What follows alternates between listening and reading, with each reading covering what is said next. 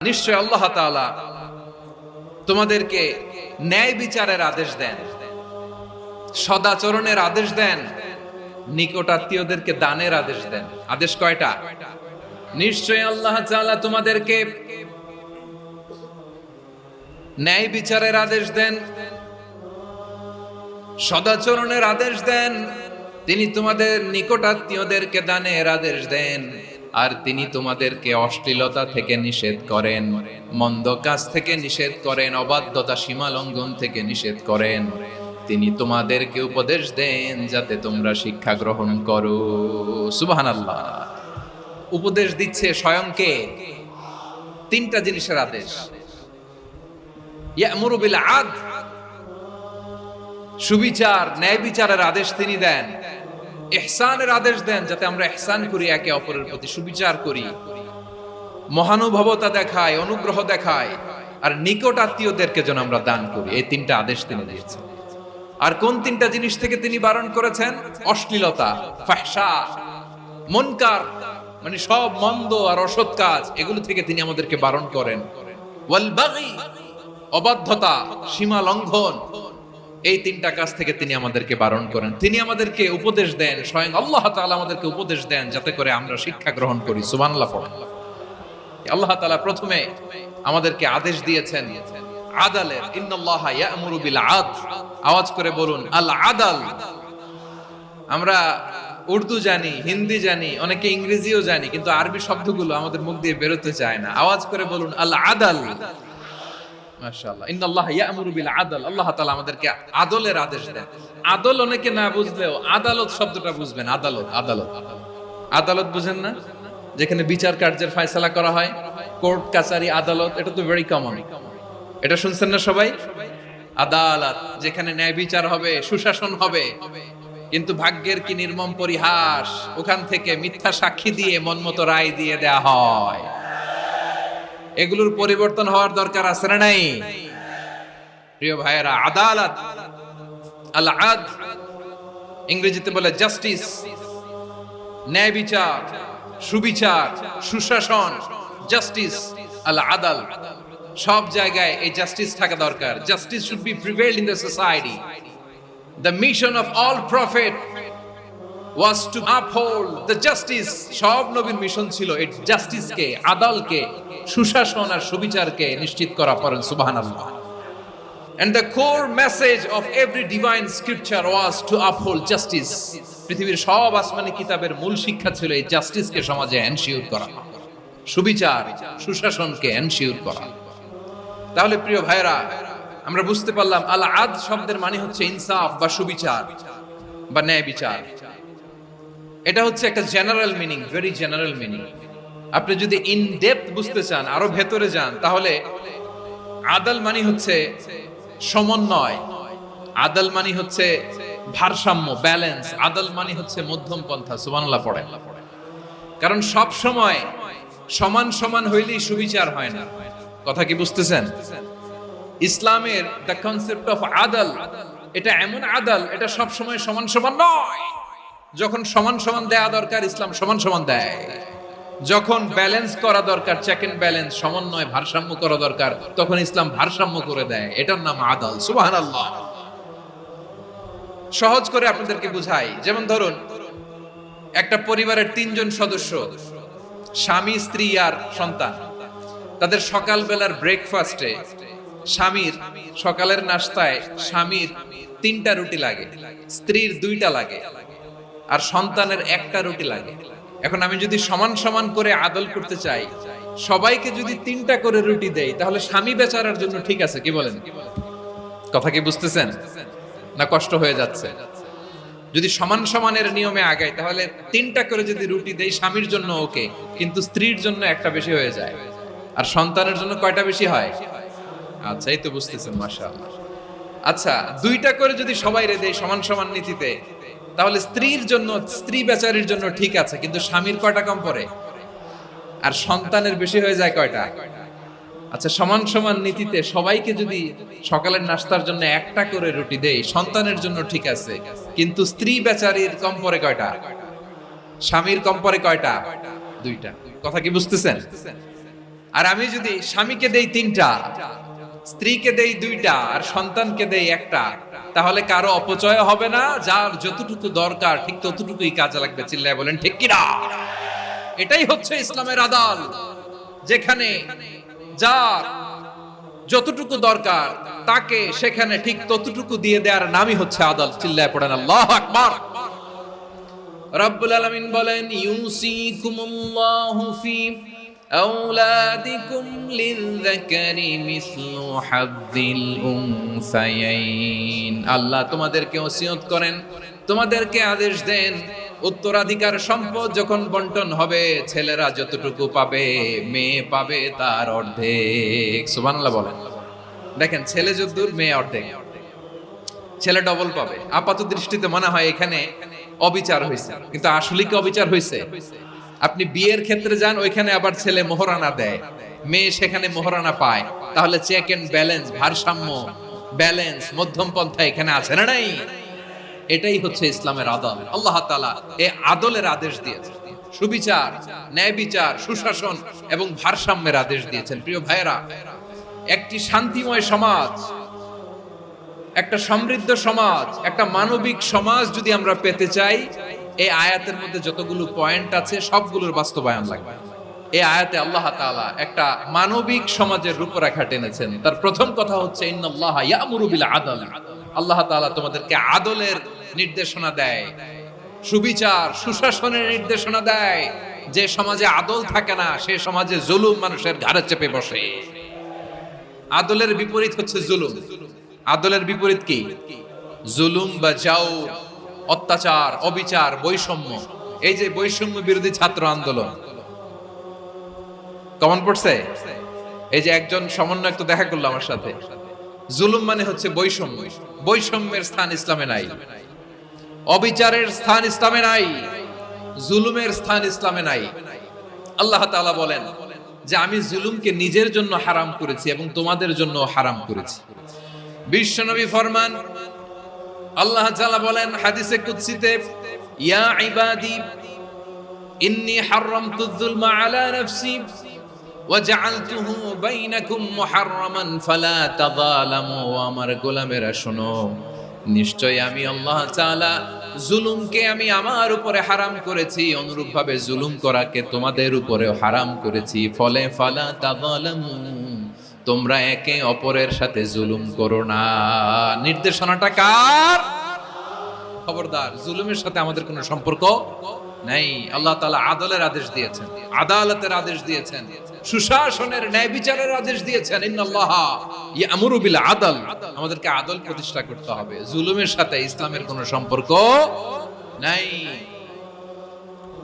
আল্লাহ তাআলা জালিমদের জন্য কঠিন শাস্তি প্রস্তুত করে রেখেছেন। এক্সট্রা জুডিশিয়াল কিলিং এর কোনো হিসাব নাই। বিচার বহির্ভূত হত্যা, এনফোর্স ডিসঅ্যাপিয়ারেন্স, গুম, যেটা সবচাইতে বড় মানবতা বিরোধী অপরাধ। কত মানুষ যে গুম হয়েছে তার কোনো ইয়ত্তা নাই। যেই ফ্যামিলির সদস্য গুম হয়েছে, তারা কি ওই লোকটার জন্য মাগফিরাতের দোয়া করবে নাকি সুস্বাস্থ্যের দোয়া করবে তারা নিজেরাও জানতো না। কারণ জানে না ও বেঁচে আছে না মরে গেছে। আহা, বিডিআর নওজোয়ানদের যারা ছাড়া পেল দেখলাম, বিনা অপরাধে, কোনো অন্যায় ছাড়া, অপরাধ ছাড়া তাদের জীবন থেকে, তাদের তারুণ্যের, তাদের যৌবনের 15 বছর, 16 বছর, 17 বছর নাই। 6 মাস বয়সের ছোট বাচ্চাকে রেখে জেলে গেছে। 6 মাসের মেয়ে বেরোয় দেখে মেয়ের বয়স 17 বছর। মেয়ে বাবারে চিনে না, বাবা মেয়েরে চিনে না। মেয়েকে এখন বিয়ে দিয়ে আরেক ছেলের হাতে তুলে দিল। মেয়ের শৈশব বাবা দেখে নাই, মেয়ের কৈশোর বাবা দেখে নাই, মেয়ের তারুণ্য দেখে নাই। আরেক যুবককে দেখলাম 14 দিনের সংসার, 2 সপ্তাহের সংসার শেষে জেলে গেছে। কত যুবকের যে স্ত্রী চলে গিয়েছে ফ্যামিলি ছেড়ে, কারণ জানে না তো কবে আসবে, কি হবে, কেউ জানতো না। দাম্পত্য জীবনের মাত্র 14 দিনের স্মৃতি, এই স্মৃতিকে আঁকড়ে ধরে এক বোন 16টা বছর, 17টা বছর কাটিয়ে দিয়েছে। আমি নিউজটা দেখে ভাবলাম, আমার এই বোনের প্রতিটি দিন কিভাবে কেটেছে, প্রতিটি রাত কিভাবে কেটেছে, প্রতিটি ক্ষণ কিভাবে কেটেছে। বিশ্বনবী বলেছেন, ইত্তাকি দাওয়াতাল মাজলুম ফাইন্না লাইসা বাইনাহু ওয়া বাইনাল্লাহি হিজাব। মাজলুমের কান্নাকে ভয় করো, কারণ মাজলুমের কান্না আর আল্লাহর মাঝে কোনো পর্দা থাকে না। আমরা আর এরকম কোন জুলুম বাংলাদেশে দেখতে চাই না, জোরে বলেন ঠিক কিনা? আমার প্রিয় বীর চট্টলার তৌহিদি মুসলমান, আমরা আর নতুন করে কেউ জালিম হোক এটা চাই না, নতুন করে আবার কেউ ফ্যাসিস্ট হোক আমরা চাই না, এক দল আরেক দলকে নিশ্চিহ্ন করার রাজনীতি করুক আমরা চাই না। আমরা সুশাসনের বাংলাদেশ চাই, মানবিক বাংলাদেশ চাই, আমরা একটা সমৃদ্ধ বাংলাদেশ চাই, আমরা বিশ্বের বুকে সম্মান নিয়ে মাথা উঁচু করে দাঁড়াতে চাই, ঠিক কিনা বলেন? আল্লাহ বললেন, এটা যদি তোমরা চাও, একটা সমৃদ্ধ সমাজ যদি বিনির্মাণ করতে চাও, মানবিক সমাজ যদি বিনির্মাণ করতে চাও, আমি তোমাদেরকে সেজন্য প্রথমে আদালতের নির্দেশ দিলাম। ইন্নাল্লাহা ইয়া'মুরু বিল আদল, নিশ্চয় আল্লাহ তাআলা তোমাদেরকে ন্যায় বিচার সুশাসন এটার আদেশ দেন। সুবহানাল্লাহ।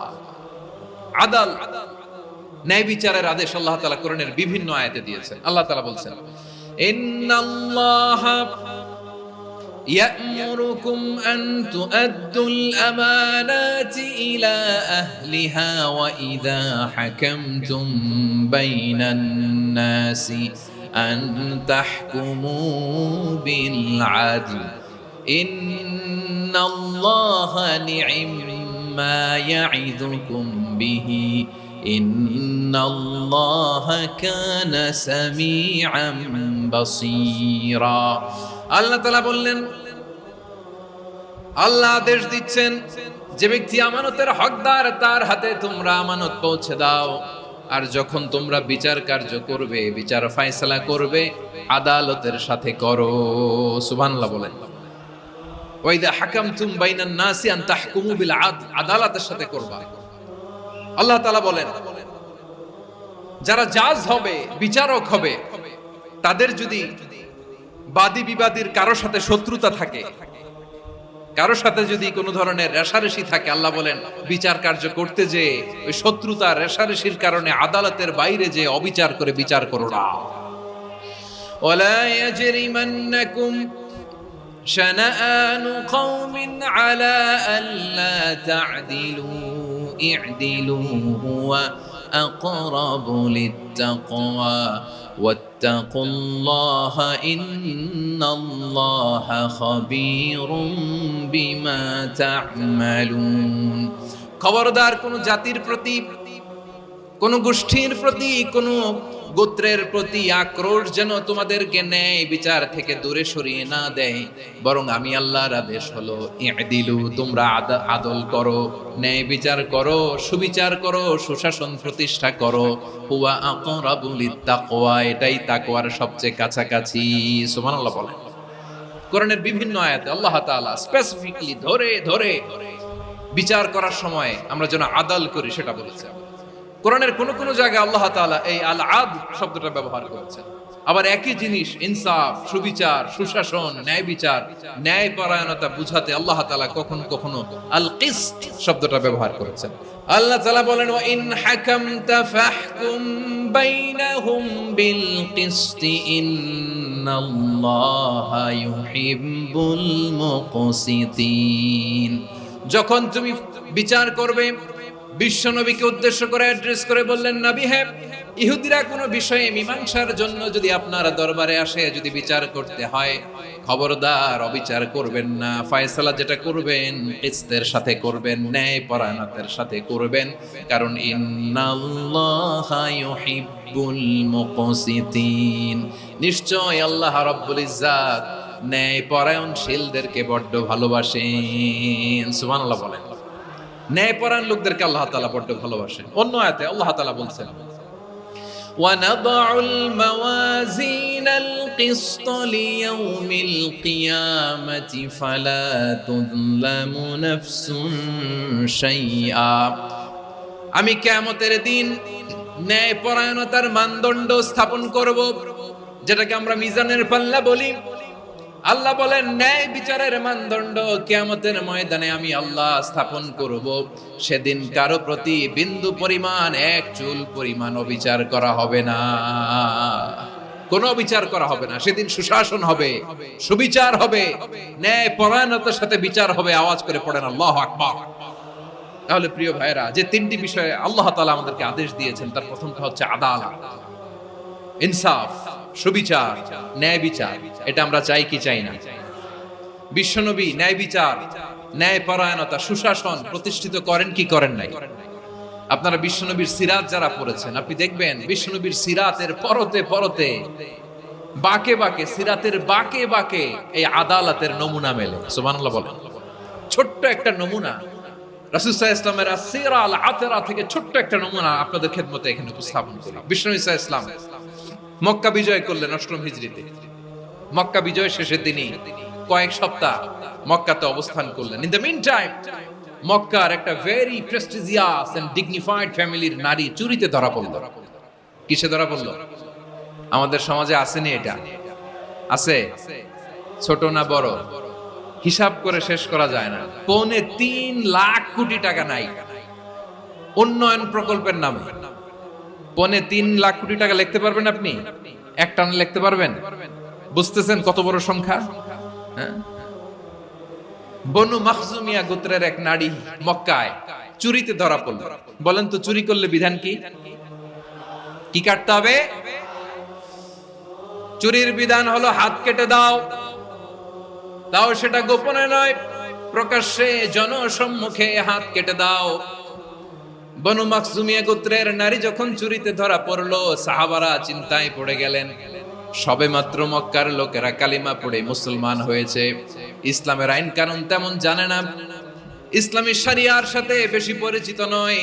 এখন যদি বিশ্বনবী চুরির যেই বিধান এটা যদি কায়েম করে হাত যদি কেটে দেয়, না জানি মক্কার লোকেরা আবার বিগড়ে যায়, না জানি মক্কার লোকেরা আবার মুরতাদ হয়ে যায়, না জানি মক্কার লোকেরা ইসলাম থেকে দূরে সরে যায়। চলো চলো, সাহাবীরা মিলে পরামর্শ করলেন, চলো বিশ্বনবীর কাছে যে বলি, ও নবী, শুধু কেবলমাত্র একমাত্র এই নারীর জন্য চুরির হাত কাটার বিধানটা আপনি একটু থামিয়ে দেন। চুরির হাত কাটার যে বিধান এখানে একটু রহিত করে দেন, বাকিগুলা কইরেন মদিনাতে যে চলবে, কিন্তু মক্কায় এবারের জন্য মাফ করে দেন। কিন্তু কে বলবে? এই যে পরামর্শ, সাজেশন, এটা কে দিবে বিশ্বনবীর কাছে? সাহাবারা চিন্তায় পড়ে গেলেন। আল্লাহর নবীর সামনে দাঁড়িয়ে আল্লাহর দেয়া হুদুদ, আল্লাহর দেয়া বিধান থামিয়ে দেওয়া, মাফ করে দেওয়া, এই কথা বিশ্বনবীর সামনে বলার সাহস তো কেউ রাখে না। কেউ কেউ বলল, বিশ্বনবীর পালক পুত্র যায়েদ বিন হারেসার সন্তান উসামারে বিশ্বনবী নাতির মতো আদর করে, বড্ড বেশি ভালোবাসে উসামারে। এজন্য সাহাবারা উসামাকে বলতো হিব্বু রাসূলিল্লাহ, বিশ্বনবীর ভালোবাসা। কি বলতো? সাহাবীরা বললেন, বিশ্বনবীর ভালোবাসা হিব্বু রাসূলিল্লাহ, উসামারে পাঠাও। উসামারে বিশ্বনবী নাতির মতো স্নেহ করে, মায়া করে, ভালোবাসে। আমরা পারবো না, উসামা পারবে। সবাই মিলে ফুলিয়ে ফুসিয়ে ওসামাকে, ছোট্ট ওসামাকে রাজি করালো। ওসামা এমন এমন কথা যে তুমি বিশ্বনবীর কাছে বলতে হবে, পারবা নাকি? ওসামা বলে, পারবো। সাইয়েদনা ওসামা রাদিয়াল্লাহু তাআলা আনহু তরুণ সাহাবী বিশ্বনবীর কাছে গেলেন, যে বললেন, নবী, বনু মাখজুমিয়া গোত্রের এক নারী চুরিতে ধরা পড়েছে, এবারের জন্য কি এই মহিলাটারে মাফ করে দিলে হয় না? এবারের জন্য একটু ক্ষমা করা যায় না নবী? বিশ্বনবী বলেন, আতাশফাউ ফি হাদ্দিম মিন হুদুদিল্লাহ, তোমার এত বড় সাহস উসামা, তুমি আল্লাহর হাত, আল্লাহর দেয়া বিধান, এটার ব্যাপারে সুপারিশ করতে এসেছো? তোমরা কি জানো তোমাদের আগে যত কওম, যত গোত্র, যত জনপদ ধ্বংস হয়েছে তার কারণ ছিল তাদের মধ্যে গরিবরা অন্যায় করলে তারা বিচার করত, আর ধনীরা অন্যায় করলে তারা মাফ করে দিত। খবরদার! ওয়া আইমুল্লাহ লাউ আন্না ফাতিমাতা বিনতি মুহাম্মাদিন সারাকাত লাকাতা মুহাম্মাদুন ইয়াদাহা। বিশ্বনবী বললেন, ওরে ওসামা, বানু মাখজুমিয়ার ওই প্রেস্টিজিয়াস এন্ড ডিগনিফাইড ফ্যামিলির মেয়ে তো দূর কি বাত, অনেক দূরের কথা। জেনে রেখো ওসামা, আমার কলিজার টুকরা, নয়নের পুটুলি ফাতেমাও যদি মক্কার জমিনে আজকে চুরির দায়ে ধরা পড়তো, আমি বিশ্বনবী মুহাম্মদুর রাসূলুল্লাহ ধরে ফাতেমার ডান হাতটা কেটে দিতে এক বিলম্ব দেরি করতাম না। ইন্নাল্লাহা ইয়া'মুরু বিল আদল, আমাদেরকে জাস্টিস শিখায় পশ্চিমারা, আমাদেরকে ইনসাফ শিখায়, আমাদেরকে সুশাসন শিখায়। আর ইনসাফ, সুশাসন, ন্যায় বিচার, সুবিচার, জাস্টিস কারে বলে বিশ্বনবীর বায়োগ্রাফি থেকে জেনে নাও। এই ছিল বিষ্ণু ইসলামের আদালতের নমুনা। আপনি যদি সাইয়েদনা ওমর ফারুকের জীবনের দিকে তাকান, এমন কঠোর, এমন বীর সেনানী ছিলেন। সাইয়েদনা ওমর ফারুক যদি রাস্তার এই মাথা দিয়ে হাঁটা শুরু করতেন, শয়তান ওমর ফারুককে দেখলে ওই রাস্তা রেখে দিয়ে অন্য রাস্তা দিয়ে হাঁটতো। সুবহানাল্লাহ। ওমর ফারুক রাদিয়াল্লাহু তাআলা কি পার্সোনালিটি ছিল, কি পার্সোনালিটি। আমাদের এলাকায় ছোট বাচ্চারা রাতে ভাত খেতে চায় না, আমার মেয়েটাও খেতে চায় না। এই এটা দিব, ওইটা দিব, আজকে মাহফিলে আসার সময় বলে দিছে লিস্ট করে এটা এটা আনতে হবে। তো ছোট্ট বাচ্চাদের অনেক বায়না থাকে, ওরা রাতে খেতে চায় না। তো মায়েরা বিভিন্ন ভয় দেখায়, এই বাঘ আসবে, বাঘ আসবে খাও, এই ভূত আসবে, ভূত আসবে খাও। আপনারা কি বলেন চট্টগ্রামে?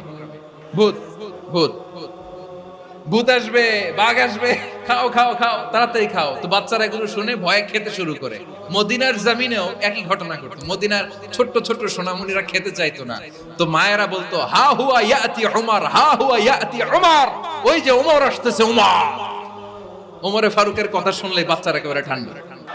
প্রভু তুমি বলেছ রাসূল দেবে না, বলনি দেবে না ওমর, বলনি দেবে না হামজা তারি, খালিদ বিজয় সমর।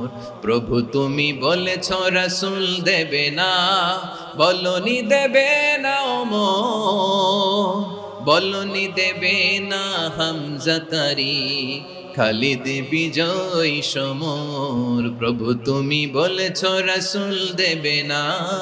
আল্লাহু আকবার। ওমর ফারুক রাদিয়াল্লাহু তাআলা আনহু, ওনার কথা শুনলে গায়ের মধ্যে গুজবাম হয়, গায়ের পশমগুলো দাঁড়িয়ে যায়। সুবহানাল্লাহ বলেন। কি পার্সোনালিটি ছিল, কি ব্যক্তিত্ব ছিল। মুনাফিকরা ওমর ফারুককে জমের মতো ভয় পেত। শয়তান, খুদ শয়তান এই রাস্তা দিয়ে আসলে শয়তান অন্য রাস্তা দিয়ে হাঁটত। ওমর ফারুক রাদিয়াল্লাহু তাআলা আনহুর জীবনে যদি দেখেন, তাহলে সেখানে আপনি আদালতের, ইনসাফের, সুশাসনের, জাস্টিসের নমুনা দেখতে পাবেন। কয়টা শুনবেন?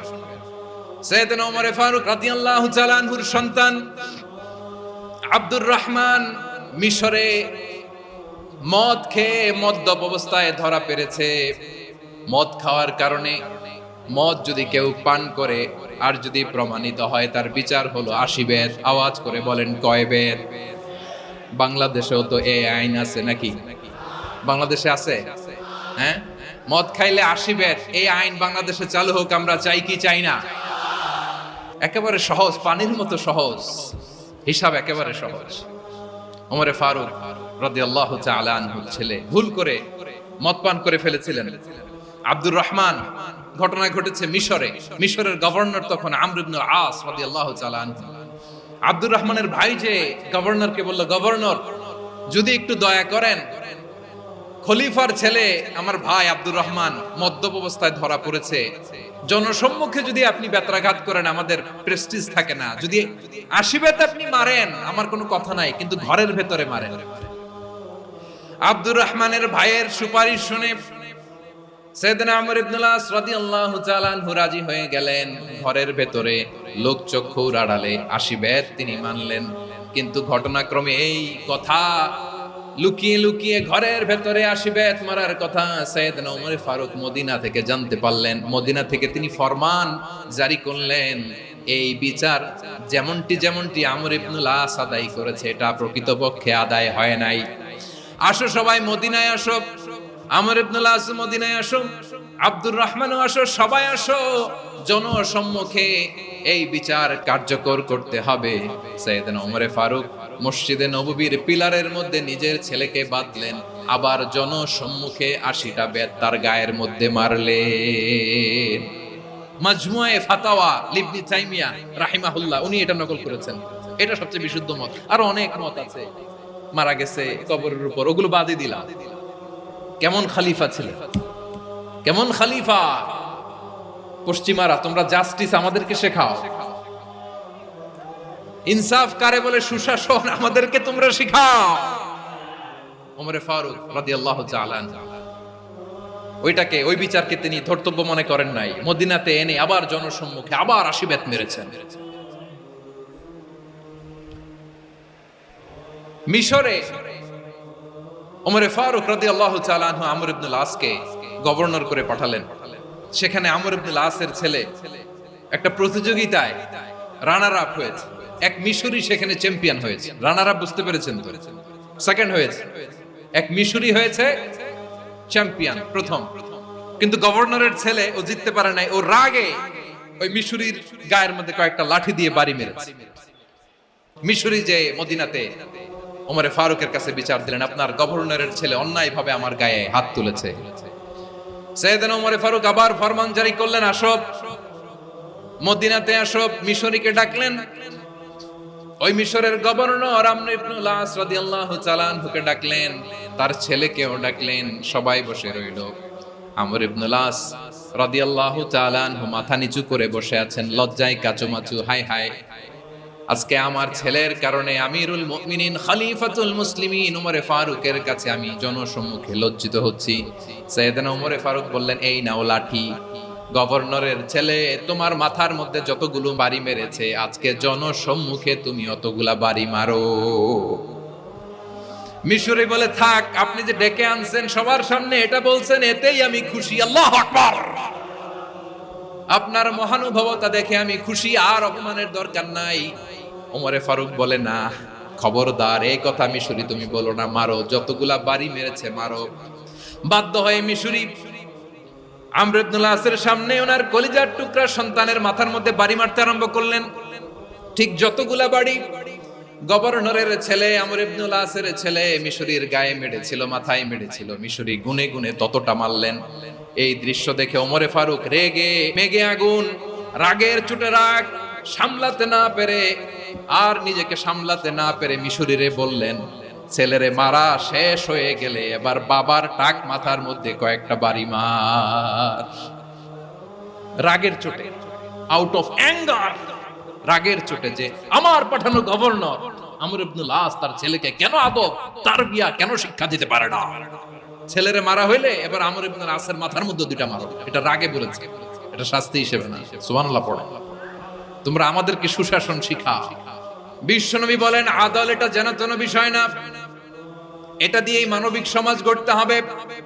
আল্লাহ তাআলা কিয়ামতের কঠিন ময়দানে, যেদিন স্বামী স্ত্রীকে চিনবে না, স্ত্রী স্বামীকে দেখে পালিয়ে যাবে, বন্ধু বন্ধুরে চিনবে না, পীর সাহেব মুরিদরে চিনবে না, মুরিদ পীর সাহেবরে চিনবে না, দলের কর্মী তার নেতারে চিনবে না, নেতা তার কর্মীরে চিনবে না, বন্ধু বন্ধুরে দেখে পালাবে। এই কঠিন মুহূর্তে সূর্যটা মাথার কাছে চলে আসবে, জমিনটা তামার জমিন হবে। আজকের জমিনের মতো নয়। মানুষ ঘর্মাক্ত, ক্লান্ত, শ্রান্ত মাথার মগজগুলো কানের ছিদ্র আর নাকের ছিদ্র দিয়ে বেয়ে বেয়ে পড়বে। বিশ্বনবী ফরমান, কিয়ামতের ওই কঠিন ময়দানে 7 শ্রেণীর ব্যক্তিকে রব্বুল আলামিন তার আরশের নিচে ছায়া দিবেন।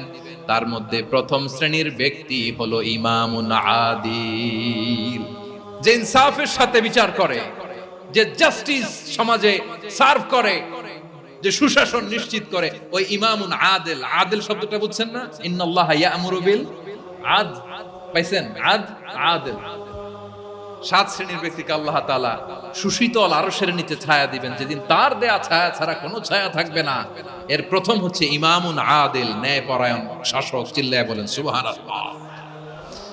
আবার বিশ্বনবী বললেন, ইন্নাল মুকসিতিনা ইনদাল্লাহি আলা মানাবিরা মিন নূর আন ইয়ামিনির রহমান। কিয়ামতের দিন যারা ন্যায় পরায়ণ হিসেবে আল্লাহর সামনে দাঁড়াবে, কিয়ামতের দিন রব্বুল আলামিন তার আরশের ডান দিকে ওই ন্যায় পরায়ণ লোকদের জন্য আরশের ডান দিকে একটা নূরের মিম্বারে তাদেরকে বসার সুযোগ করে দিবে। আল্লাহর আরশের ডান দিকে ন্যায় পরায়ণ লোকদের জন্য আল্লাহ তাআলা নূরের মিম্বার বানাবে। 4টে কেন কথা মনে করেছেন? আল আদাল, জাস্টিস। ইন্নাল্লাহা ইয়া'মুরু বিল আদল। আল্লাহ তাআলা এই আদালতের নির্দেশনা দেন, সুবিচার, সুশাসন। প্রিয় ভাইয়েরা, এটা আমরা বাংলাদেশে চাই কি চাই না? এই যে অরাজকতা, এই যে অন্যায়, এই যে জুলুম, এই যে ইনকনসিস্টেন্সি, সমাজের অসঙ্গতির প্রধান কারণ জাস্টিস নাই, সুবিচার নাই, সুশাসন নাই। শেষবারের মতো আওয়াজ করে বলেন তো, আমরা বাংলাদেশে আদল চাই কি চাই না? তাহলে প্রথম নির্দেশনা শেষ। আল্লাহ তাআলা তোমাদেরকে আদলের আদেশ দেন। এরপরে আল্লাহ বললেন, আমি তোমাদেরকে ইহসানের আদেশ দেই। ইন্নাল্লাহা ইয়া'মুরু বিল আদলি ওয়াল ইহসান। আমি তোমাদেরকে যেমনি আদলের নির্দেশনা দেই, তেমনি ভাবে তোমাদেরকে ইহসানের নির্দেশনা দেই। ইহসান, আওয়াজ করে সবাই বলেন তো ইহসান। ইহসান মানে কারো প্রতি সফট হার্টেড হওয়া, মহানুভব হওয়া, অনুগ্রহ পরায়ণ হওয়া, অনুগ্রহশীল হওয়া, একে অপরের প্রতি দয়াদ্র হওয়া। একে অপরের প্রতি দয়াদ্র, অনুগ্রহশীল হওয়া ছাড়া মানবিক সমাজ কশিনকালেও গঠন করা সম্ভব না। প্রিয় ভাইয়েরা, সুন্দর আচরণ দিয়ে, ইহসান দিয়ে যা জয় করা যায়, নরম আচরণ দিয়ে যেটা অর্জন করা যায়, কঠোরতা দিয়ে সেটা পারা যায় না। বিষ্ণু ঈসা ইসলাম ইহসান দিয়ে, কোমল আচরণ দিয়ে, তার অনুগ্রহ দিয়ে তিনি অনেক কাফিরের হৃদয়কে জয় করে ফেলেছেন। সাইয়েদনা সুমামা ইবনে উসাল রাদিয়াল্লাহু তাআলা আনহুর কথা মনে পড়ে যায়। তিনি ছিলেন ইয়ামামার বাদশা। মদিনাতে বিশ্বনবীকে হত্যা করার নিয়তে এসেছিলেন। গোপনে গোপনে বিশ্বনবীকে হত্যা করে আবার ইয়ামামাতে তিনি ফিরে যাবেন। কিন্তু কি অবাক করা কাণ্ড, হত্যা করতে পারে নাই, সাহাবাদের হাতে তিনি ধরা পড়ে গেলেন। সাইয়েদনা সুমামা ইবনে উসাল রাদিয়াল্লাহু তাআলা আনহু হত্যার নিয়তে আসলেন, কিন্তু হত্যা করতে পারলেন না। সাহাবারা ওনাকে ধরে ফেললেন, ধরে মসজিদে নববীর পিলারের মধ্যে বেঁধে রাখলেন। সুমামা ইবনে উসাল, সিরাত থেকে শোনাচ্ছি রাদিয়াল্লাহু তাআলা আনহু ইয়ামামার অধিপতি ছিলেন। বিশ্বনবীকে হত্যার জন্য আসছেন, ধরা পড়ে গেছেন, এখন মসজিদে নববীতে বেঁধে রাখছেন। তার মানে বন্দী। তো এখন স্ট্যাটাস কি? বন্দী, ক্যাপটিভ। তো বিষ্ণু ঈসা ইসলাম সাহাবাদেরকে বললেন, তার খোঁজ খবর নিও, সুমামা ইবনে উসালের খোঁজ খবর নিও। সাহাবারা বলেন, ইয়া রাসূলুল্লাহ, আপনাকে হত্যা করতে এসেছে, তার তো কঠিন ক্যাপিটাল পানিশমেন্ট হওয়া দরকার, কঠিন শাস্তি হওয়া দরকার। বিশ্বনবী বললেন, না, আমি যেটা জানি তোমরা সেটা জানো না, তোমরা সুমামার সাথে ভালো আচরণ করো। বিশ্বনবী সুমামার কাছে গেলেন। প্রথম দিন যে তিনি কালেমার দাওয়াত দিলেন, ইমানের দাওয়াত দিলেন, ইসলামের দাওয়াত দিলেন, রিসালাতের দাওয়াত দিলেন, আখিরাতের দাওয়াত দিলেন। পরের দিন যে বিশ্বনবী সালাতের দাওয়াত দিলেন, যাকাতের দাওয়াত দিলেন, ইসলাম কি, কিভাবে, কেমন করে পালন করতে হয় চমৎকার আর্টিকুলেট করতে শুরু করলেন। তন্ময় হয়ে সুমামা ইবনে উসাল রাদিয়াল্লাহু তাআলা আনহু বিশ্বনবীর কথাগুলো শুনতে আরম্ভ করলো। একদিন নয়, 2 দিন নয়, টানা 3 দিন বিশ্বনবী সুমামার কাছে ইসলামকে প্রেজেন্ট করেছেন, উপস্থাপন করেছেন। আওয়াজ করে বলেন, কয় দিন? 3 দিন। 3 দিন মসজিদে নববীতে বাঁধা। আর সাহাবীদেরকে বললেন, তার খোঁজ খবর নিও, তোমরা যে রুটি বানাও এর মধ্যে সবচেয়ে ভালো আটার রুটিটা তারে দিও, সবচেয়ে রিফাইন্ড খেজুর, যেটা পিওর খেজুর, এটা তারে দিও। আর বিশ্বনবী নিজের উট থেকে দুধ দহন করে ওনার বাড়ির এক কর্মচারীকে বলেছেন, দুধ দহন করে সুমামার জন্য নিয়ে যেতে। সুবহানাল্লাহ পড়বেন না? সবাই তো অবাক, ইয়ামামা থেকে আসছে নবীকে হত্যা করতে, বিশ্বনবী দেখে তারে জামাই আদর করে। 1 দিন নয়, 2 দিন নয়, টানা 3 দিন বিশ্বনবী এভাবে সুমামার কাছে যে ইসলামকে প্রেজেন্ট করতে আরম্ভ করলেন, ইসলামকে উপস্থাপন করতে শুরু করলেন। আর তাকে চমৎকার এন্টারটেইনমেন্ট, আপ্যায়ন দিতে আরম্ভ করলেন। টানা 3 দিন যখন ইসলামের দ্য বিউটিজ অফ ইসলাম, ইসলামের সুমহান বাণী, সৌন্দর্য তার কাছে উপস্থাপন শেষ, তাকে আপ্যায়ন শেষ, বিশ্বনবী বললেন সাহাবাদেরকে, যাও এবার সুমামার হাতের পায়ের রশি দুটো খুলে দাও। সাহাবারা তর্ক জুড়ে দিলেন, লা ইয়া রাসূলুল্লাহ, এমনটা করবেন না, তো ভয়ঙ্কর ভয়ঙ্কর খুনি, কি জানি কি হয়ে যায়। বিশ্বনবী বললেন, না, তার হাতে পায়ের রশিগুলো খুলে দাও। সাহাবারা বিশ্বনবীর কথা মতো তার হাতে পায়ের রশিগুলো খুলে দিল। সুমামা মুহূর্তের মধ্যে মসজিদে নববী থেকে বের হয়, ইয়ামামায় ফিরে না যে মসজিদে নববীর পাশে একটা খেজুর বাগান ছিল, সেখানে চলে গেলেন। সেখানে একটা ছোট্ট কুয়া ছিল, কুয়ার পানি দিয়ে তিনি গোসল করলেন। সুবহানাল্লাহ পড়েন। কুয়ার পানি দিয়ে গোসল করে মসজিদে নববীর সামনে এসে বিশ্বনবী এবং সাহাবাদের সামনে দাঁড়িয়ে সাব্বাবা উঁচু করে বললেন, আশহাদু আল্লা ইলাহা ইল্লাল্লাহ ওয়া আশহাদু আন্না মুহাম্মাদান আবদুহু ওয়া রাসূলুহু। আমি সাক্ষ্য দিচ্ছি আল্লাহ ছাড়া কোনো ইলাহ নাই, আর মুহাম্মদ আল্লাহ তাআলার প্রেরিত বান্দা এবং রাসূল। প্রিয় ভাইয়েরা, ইহসান দিয়ে যা জয় করা যায়, কঠোরতা দিয়ে সেটা কঠিনকালেও জয় করা যায় না। আওয়াজ করে বলেন ঠিক কি না? এবার সুমামা দাঁড়িয়ে বলে, ওগো নবী, আমি তো কালিমা পড়ে মুসলমান হয়ে গেলাম, এবার শোনেন, এই মুহূর্তের আগে আপনার চেহারার চাইতে নিকৃষ্ট কোনো চেহারা আমার কাছে ছিল না, কিন্তু শাহাদা পাঠ করার পরে আপনার চেহারার চাইতে উত্তম শ্রেষ্ঠ কোনো চেহারা আমার কাছে আর নাই। ও নবী, আজকের দিনের আগে ইসলাম ধর্মের চেয়ে নিকৃষ্ট অপছন্দনীয় কোনো ধর্ম আমার কাছে ছিল না, কিন্তু এই মুহূর্ত থেকে ইসলামের চেয়ে সেরা শ্রেষ্ঠ পছন্দনীয় কোনো ধর্ম আমার কাছে নাই। নবী গো, আজকের দিনের আগে মদিনার চাইতে অপছন্দনীয় নিকৃষ্ট কোনো শহর আমার কাছে ছিল না, কিন্তু এই মুহূর্তের পর থেকে মদিনার চাইতে কোনো শ্রেষ্ঠ শহর আমার জানা নাই। সে ছিল গমের বড় ডিলার, গম বেচতো। কি বেচতো? তার গম কিনে মক্কার লোকেরা রুটি খাইতো। সে ঘোষণা দিল, আজকে থেকে মক্কাবাসীদের জন্য সব গম আমি হারাম করে দিলাম, মক্কাবাসী এখন না খেয়ে মরে। সুবহানাল্লাহ পড়বেন না? মক্কাবাসী বিশ্বনবীর কাছে আসলেন, এসে বললেন, মুহাম্মদ, আমরা তো তোমার ভাই, তোমার চাচা, তোমার ভাতিজা, তোমার আত্মীয়, তুমি সুমামারে বলো সে যেন আবার গমের সাপ্লাই মক্কার জন্য অনুমতি দিয়ে দেয়। বিশ্বনবীর অনুমতি ক্রমে সুমামা আবার মক্কাতে গম পাঠাতে শুরু করলো। পড়েন সুবহানাল্লাহ। ইহসান, ইহসান দিয়ে আপনি যেটা জয় করতে পারবেন, you can win the heart of your enemies. ইহসান দিয়ে আপনি আপনার শত্রুর হৃদয়কে জয় করতে পারবেন। এজন্য আল্লাহ বললেন, ওয়া আনফিকু ফি সাবিলিল্লাহি ওয়া লা তুলকু বিআইদিকুম ইলাত তাহলুকা ওয়া আহসিনু ইন্নাল্লাহা ইউহিব্বুল মুহসিনিন। তোমরা আল্লাহর রাস্তায় দান করবে আর নিজেরা নিজেদেরকে ধ্বংসের হাতে ঠেলে দিও না। তোমরা একে অপরের প্রতি ইহসান করবে, কারণ ইহসানকারীদেরকে আল্লাহ বড় ভালোবাসেন। সুবহানাল্লাহ পড়েন। আবার সূরা রহমানে আল্লাহ বললেন, হাল জাযাউল ইহসানি ইল্লাল ইহসান ফাবিআইয়ি আলা, সবাই পড়েন, ফাবিআইয়ি আলাই রাব্বিকুমা তুকাযযিবান। ইহসানের প্রতিদান হিসেবে ইহসানি হয়। বিশ্বনবী সুমামার প্রতি যেমন ইহসান করেছেন, সুমামাও ঠিক তেমন ইহসান ফিরিয়ে দিয়েছে। ঠিক কিনা বলেন?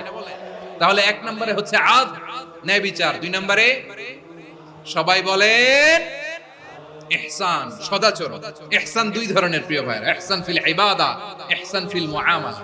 ইহসান ফিল ইবাদা হচ্ছে একাগ্র অনুভবে ইবাদতে ডুব দেওয়া, এর নাম ইবাদতের ইহসান। সুবহানাল্লাহ পড়ুন। বিশ্বনবী বলেন, ইহসান মানে কি জানো নাকি? হাদিসে জিবরিলে সাইয়েদনা জিবরিল আলাইহিস সালাম বিশ্বনবীকে বললেন, আখবিরনি আনিল ইহসান। নবী আমাদেরকে বলেন ইহসান মানে কি? বিশ্বনবী বললেন, আনতা আবুদাল্লাহা কাআন্নাকা তারাহু ফাইন লাম তাকুন তারাহু ফাইন্নাহু ইয়ারাক। ইহসান মানে হলো এমন ভাবে তুমি আল্লাহর সামনে নিজেকে উজাড় করে ইবাদত করবে, তুমি ভাববে তুমি আল্লাহকে দেখতে পাচ্ছ। আর এটা যদি ভাবা তোমার জন্য কঠিন হয়ে যায়, অন্তত এতটুকু তুমি ভাববা যে আল্লাহ তোমাকে দেখতে পাচ্ছেন। ঠিক কিনা বলেন? ও আমার বীর চট্টলার ভাইয়েরা, কেউ যেটা দেখে না সেটা দেখে কে? এই বিশ্বাস হৃদয়ের মধ্যে আছে? নামাজে যখন দাঁড়ান এই ফিলিংসটা আনা যাবে? এসা পর্যন্ত যে আমরা হায়াত পাবো কোনো গ্যারান্টি আছে? সবাই আওয়াজ করে বলেন, গ্যারান্টি আছে? গ্যারান্টি নাই। এজন্য বিষ্ণু ইসলাম বলেছে, এমন ভাবে নামাজে দাঁড়াও, ইবাদত করো, মনে করো হতে পারে এটাই আমার জীবনের শেষ নামাজ। পারফর্ম দ্য সালাহ as if this is your last and final prayer. এমন ভাবে সালাতে দাঁড়াও, ভাবো হতে পারে এটাই তোমার জীবনের শেষ নামাজ। এমন ভাবে নামাজে দাঁড়াও, ভাবো এটাই শেষ নামাজ। তাহলে নামাজে একাগ্রতা বাড়ায় দিবে কে? ফলে ইবাদতের ইহসান আমাদের অর্জিত হবে। আর মুআমালাতে ইহসান হলো, বিশ্বনবী বলেন, ইন্নাল্লাহা তাবারাকা ওয়া তাআলা কাতাবাল ইহসানা আলা কুল্লি শাই ফাইযা কাতালতুম ফাআহসিনুল কিতলা ওয়া ইযা যাবাহতুম ফাআহসিনুয যাবহা ওয়ালিউহিদ্দ আহাদুকুম শাফরাতাহু ওয়ালিউরিহ যাবিহাতাহু। ইহসান দুই ধরনের। আওয়াজ করে বলতে হবে, কয় ধরনের?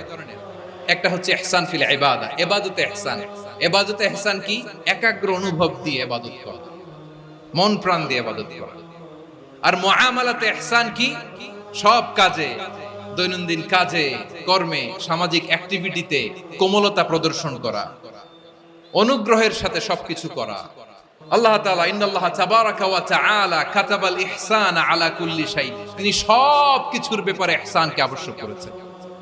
সবকিছু, মুমিনের সব কাজে ইহসানের পরশ থাকবে। ওয়া ইযা কাতালতুম ফাহসিনুল কিতলা, বিষ্ণুই বলেন তুমি যখন কাউকে হত্যা করো ইহসানের সাথে করো।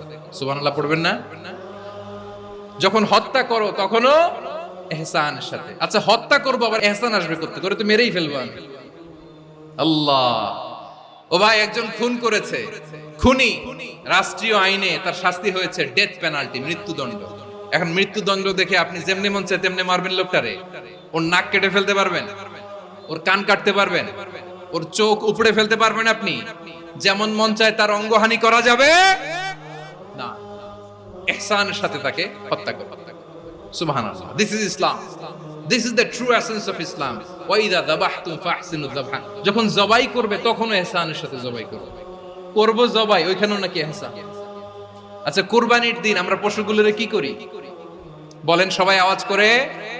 জবাই। জবাই মানে তো এটার মেরেই ফেলতেছি, একটু পরে তো টুকরো টুকরো করে গোশতগুলো খাবো, এটা তো খাবো, এটা তো মেরেই ফেলবো। বিষ্ণু বলে না, জবাইয়ের মধ্যেও মুমিনের জবের ভেতরেও ইহসানের পরশ থাকা চাই। যখন জবাই করবে প্রাণীটাকে হাত পা টাইট করে বেঁধে নাও, ছুরিটাকে শার্পেন করে নাও, ধারালো করে নাও, যাতে অল্প সময়ে জবাইটা হয়ে যায়, প্রাণীটা যাতে কম কষ্ট পায়। সুবহানাল্লাহ পড়েন।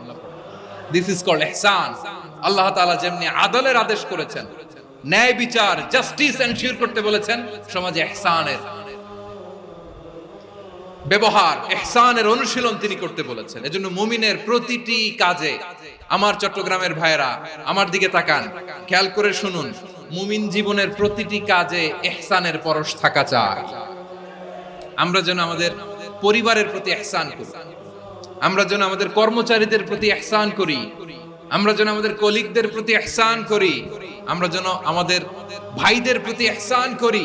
মুমিন জীবনের প্রতি কাজে ইহসানের পরশ থাকার দরকার আছে না নাই? কথা বুঝতে পেরেছেন? তাহলে আল্লাহ তাআলার তিনটা আদেশ ছিল, কয়টা গেল? প্রথমে কি ছিল? আদল। তিন নম্বরে রব্বুল আলামিন বললেন ওয়া ইতাইদিল কুরবা, নিকটাত্মীয়দেরকে দান করো। নিকট আত্মীয়দেরকে দাও, যারা তোমাদের ব্লাড কানেকশনের আত্মীয় তাদেরকে তোমরা দাও।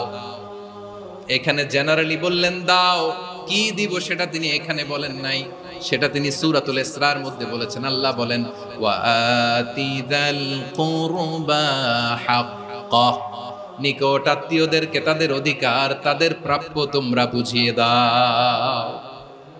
দেখেন, একটা শান্তির সমাজ, একটা সমৃদ্ধ সমাজ, একটা মানবিক সমাজ গঠনের জন্য আল্লাহ তাআলা বেশি না, মাত্র তিনটা অর্ডার, তিনটা ভার্ডিক্ট তিনি জারি করেছেন। এক নাম্বার সুশাসন, ন্যায় বিচার। দুই নাম্বার ইহসান। তিন নাম্বার নিকটাত্মীয়, যারা কাছের, তোমার ভেরি ক্লোজ রিলেশনশিপে আছে, তাদেরকে দাও। দাও, দিলে বাড়িয়ে দেয় কে? অনেকে দিতে চায় না, কৃপণতা করে। দিলে বাড়ায় দেয় কে? ও মিয়া, মদিনার মধ্যে সবচাইতে গরিব সাহাবী ছিল বেলাল রাদিয়াল্লাহু তাআলা আনহু।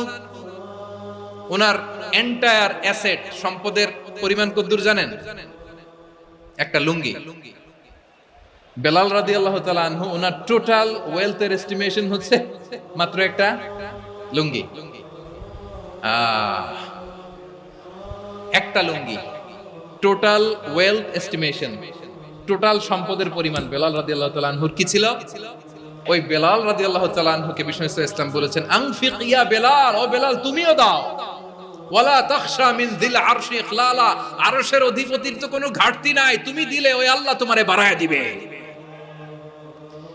এজন্য আমার প্রিয় ভাইয়েরা, দিলে কমে না, দিলে বাড়ে। অনেকে ধরে রাখে, নতুন কিছু নিতে পারে না, হাত দিয়ে যেটা ধরে রেখেছেন এটা দিয়ে দেন, বড় একটা ধরার সুযোগ পাবেন। জোরে বলেন ঠিক কিনা? রব্বুল আলামিন বললেন ৩ নাম্বার আদেশ হলো তোমাদের প্রতি সমাজটারে কেমন করে মানবিক সমাজ, সুন্দর সমাজ গড়বা। ৩ নাম্বার আদেশ হলো ওয়া আতিদাল কুরবা হাক্কা, নিকটাত্মীয়দেরকে তাদের প্রাপ্য বুঝিয়ে দাও। এই নিকটাত্মীয়দেরকে তাদের অধিকার বুঝিয়ে দেওয়া, প্রাপ্য বুঝিয়ে দেওয়াতে আমাদের গাফলতি আছে না নাই? অনেকে দেখবেন অনেক আল্লাহওয়ালা তাহাজ্জুদ গুজার, সেজদা দিতে দিতে কপালে কালো দাগ ফেলে দিছে, সে তার বোনের হকটা আদায় করে নাই, আছে না নাই? অনেক বড় হাজী সাহেব, বিশাল লম্বা দাড়ি, ছেলেরে সব দিয়ে দিছে, মেয়েরে কিছু দেয় নাই, মেয়ের হক আদায় করে নাই, আছে না নাই? এই হাজী সাহেবেরা, এই আল্লাহওয়ালারা কিয়ামতের ময়দানে আটকে যাবে। আপনি অন্যের অধিকার নষ্ট করেছেন, তাদের রাইটস কে ভায়োলেট করেছেন।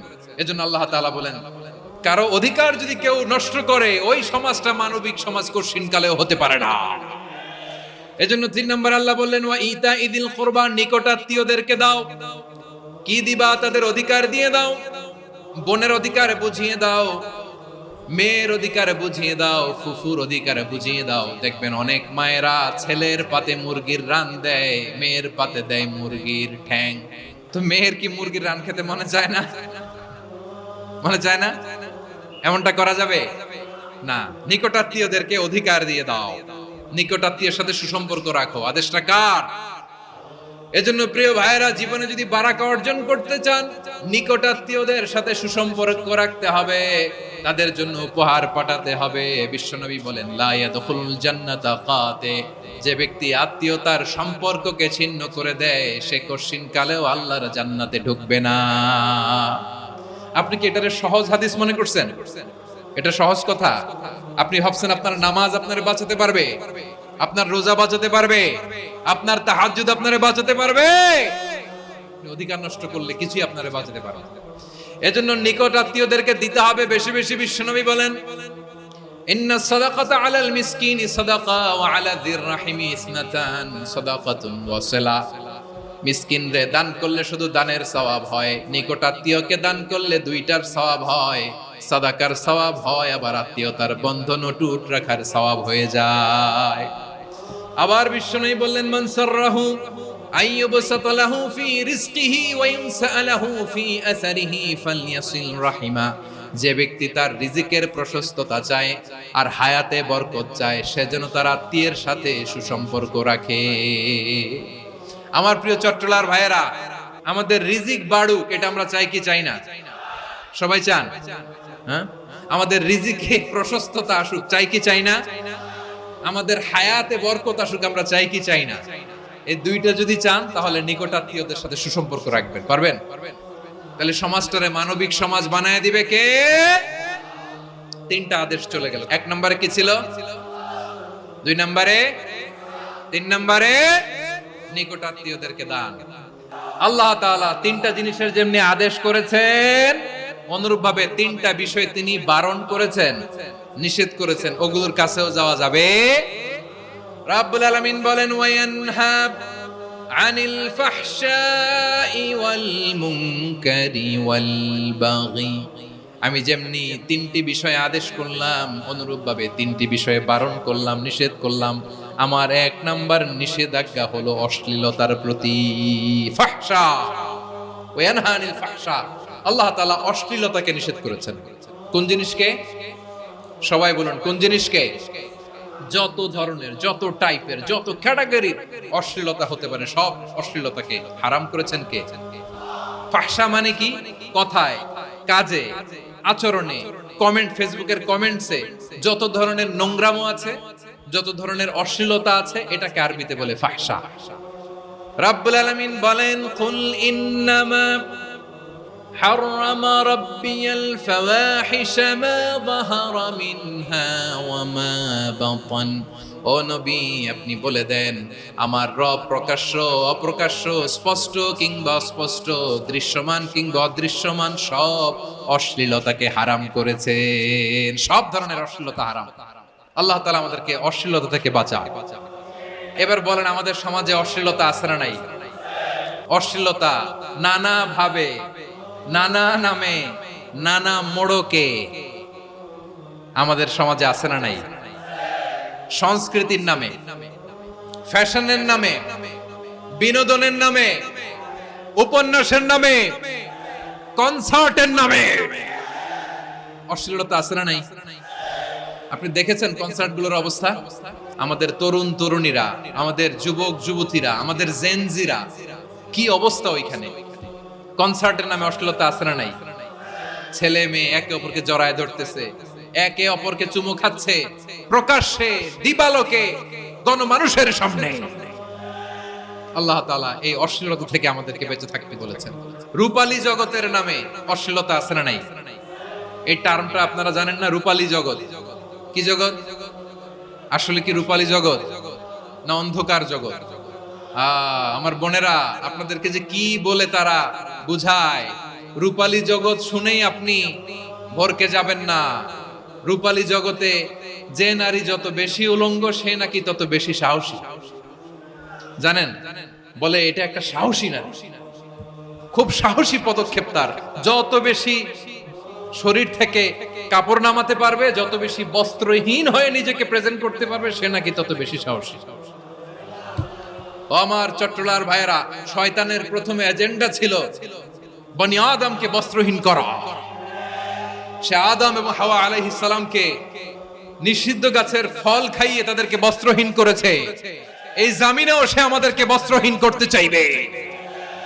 এই রূপালী জগতের নামে তারা এটা করে। আমার প্রিয় বোনেরা, আপনি জানেন না আপনার দাম কত। ওরা আপনাদেরকে বিজ্ঞাপনের সস্তা পণ্য বানাতে চায়। ওরা আপনাদেরকে ওদের ভোগের লিপসার টুলস বানাতে চায়। ওরা আপনাদেরকে দিয়ে ওদের খায়েশ পূরণ করতে চায়। এটা আপনাদের জন্য মোটেও ডিগনিটি নয়, এটা আপনাদের জন্য সম্মান নয়। আপনার সম্মান শালীনতায়, আপনার সম্মান হেজাবে, আপনার সম্মান ভদ্রতায়, আপনার সম্মান আপনার ডিসেন্ট পোশাকে। পোশাক বলে দেয় এই নারীটা ভদ্র না অভদ্র। পোশাক বলে দেয় এই মেয়েটা কোন ঘরের মেয়ে। আপনি জানেন না, আপনারা সস্তা পণ্য বানায়, ভোগের পণ্য, বিলবোর্ডে আপনাকে উলঙ্গ করে উপস্থাপন করে। এই অশ্লীলতার সাথে ইসলামের কোনো সম্পর্ক। এজন্য আল্লাহ বলেন, আমি অশ্লীলতাকে হারাম করেছি। অশ্লীলতাকে হারাম করার প্রথম কারণ হলো এর মাধ্যমে মানবতাকে অপমানিত করা হয়। কারণ মানুষের সম্মান মানুষের পোশাকে। মানুষ যখন পোশাকহীন হয়ে যায়, বস্ত্রহীন হয়ে যায়, তার সম্মান কমে যায়, ঠিক কিনা?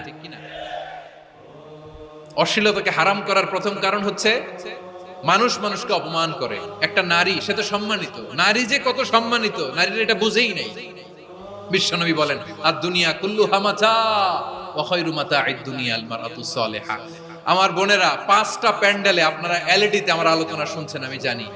আপনাদের এই গর্ভ যে কত দামি আপনি জানেন না। আপনার পেট থেকেই আসবে আগামী দিনের সালাহুদ্দিন আল আইয়ুবী। আপনার পেট থেকেই আসবে অনাগত দিনের ইমাম মাহদী আল মুনতাযর। আপনার পেট থেকেই আসবে অনাগত দিনের ফয়সাল, ওয়াসিম, মুগ্ধ, আবু সাইদের মতো বীর যোদ্ধা। আমার প্রিয় বোনেরা, আমার প্রিয় বোনেরা, বিশ্বনবীর কথার ওজন খেয়াল করেন। আর দুনিয়া কুল্লুহা মাতা ওয়া খায়রু মাতা'আদ দুনিয়া আল মারআতুস সালিহা। দুনিয়ার সবকিছুই অ্যাসেট, এর মধ্যে সবচেয়ে দামি অ্যাসেট নেককার নারী। আপনার গর্ভ যে কত দামি আপনি জানেন না। নিজের সময়টাকে কাজে লাগান, কোরআন পড়েন, সুন্নাহ পড়েন। আপনার অনেক দায়িত্ব ঘরে। You are the MD of your family. একটা family it's a very big institution. পরিবার একটা অনেক বড় প্রতিষ্ঠান। And you are the MD of your institution. আপনি এই পরিবারের MD, managing director of your family. এখানে আপনার কত দায়িত্ব। আপনি ছেলে মেয়েদেরকে তারবিয়া করবেন। আপনি আপনার স্বামীর জন্য ঘরটারে জান্নাতের নীর বানাবেন। আপনার জন্য জান্নাতের ডুপ্লেক্স বাড়ি ওইখানে তৈরি করে রাখবে কে? আপনি যে কত দামি আপনি জানেন না। নারীদেরকে আল্লাহ বানিয়েছেন উচ্চতর করে, নিম্নতর নয়। নারীদেরকে ছোট্ট জিনিস দিলে এটার বড় করে দেয়। নারীদেরকে ভ্রূণ দিলে, শুক্রাণু দিলে, নারী এটারে বাচ্চা হিসেবে উপহার দেয়, ঠিক কিনা? বিয়ের মাধ্যমে স্বামী যখন তার শুক্রাণু তার স্ত্রীকে উপহার দেয়, স্ত্রী রিটার্নে কি উপহার দেয়? ফুল ফর্ম বেবি, মানব সন্তান। দেখছেন, আপনি দিলেন একটু, উনি দিছে বিশাল। আপনি যদি নারীকে বাজার এনে দেন, নারী এটাকে সুস্বাদু খাবারে রূপান্তর করে দেয়। আপনি তাকে একটা মুচকি হাসি দিয়ে দেন, সে তার কলিজা দিয়ে দেয়। কিন্তু যদি আপনি তার মনে কষ্ট দেন, সে আপনার জীবনকে জাহান্নাম বানায়া দেয়। নারীর মন বুঝতে পারলে নেয়ামত, বুঝতে না পারলে কিয়ামত। আমার প্রিয় বোনেরা, আপনি যে কত দামি আপনি জানেন না, অনেক দামি আপনি। আপনাদেরকে যেন ভোগের সস্তা পণ্য বানাতে না পারে, আপনাদেরকে সচেতন থাকতে হবে। তাহলে কেন আল্লাহ তাআলা এই ফাহশা অশ্লীলতাকে হারাম করলেন? এক নাম্বার, এতে হিউম্যান ডিগনিটি কমে। দুই নাম্বার, এতে মানুষের অধিকার নষ্ট হয়। আপনি বিয়ে করেছেন, এরে পরকিয়া করেন, ওর সাথে এরকম আছে না নাই? স্ত্রীর অধিকার নষ্ট করেছেন। আপনি বিবাহ সম্পর্কে আবদ্ধ হয়েছেন তার সাথে, আপনি পরকিয়া করেন ওই ছেলের সাথে, আপনি আপনার হাজবেন্ডের সাথে বিট্রে করেছেন। এজন্য আল্লাহ অশ্লীলতাকে হারাম করেছেন। অশ্লীলতাকে হারাম করার আরেকটা কারণ হচ্ছে আল্লাহ তাআলা এই হিউম্যান জেনারেশনকে এটাকে প্রিজার্ভ করতে চায়। হিফজুন নাসল, এটা মাকাসিদুশ শরিয়ার অনেক গুরুত্বপূর্ণ একটা মাকাসিদ, অনেক গুরুত্বপূর্ণ।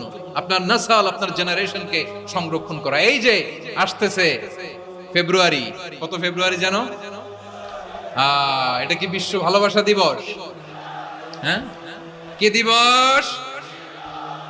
এই বিশ্ব ভালোবাসা দিবসের সাথে মুসলমানদের কোনো সম্পর্ক নাই। আমার প্রিয় ভাইরা, এই যে আপনি অবৈধ সম্পর্কে জড়ালেন, কেন আল্লাহ অশ্লীলতাকে হারাম করেছে দেখেন। বলতেছিলাম যে এটা আপনার নাসল, আপনার জেনারেশন, আপনার লিনিয়েজ, আপনার বংশকে প্রিজার্ভ করা। কে কার বাবা, কে কার মা, বাবা মা জানা, প্রজন্মকে প্রিজার্ভ করা, এটা ইসলাম ওয়াজিব করে দিয়েছে।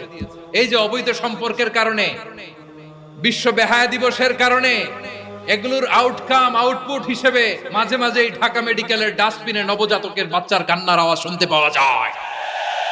চট্টগ্রাম মেডিকেলের ডাস্টবিনে নবজাতকের কান্না শুনতে পাওয়া যায়।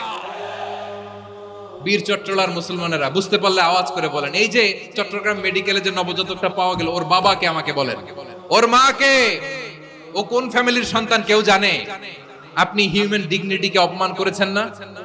আপনি তার ভবিষ্যৎকে অন্ধকার করেছেন না? আপনি তার লিনিয়েজকে প্রশ্নবিদ্ধ করে দিয়েছেন না? এই জন্য আল্লাহ তাআলা অশ্লীলতাকে আমাদের জন্য হারাম করে দিয়েছেন। পড়েন সুবহানাল্লাহ।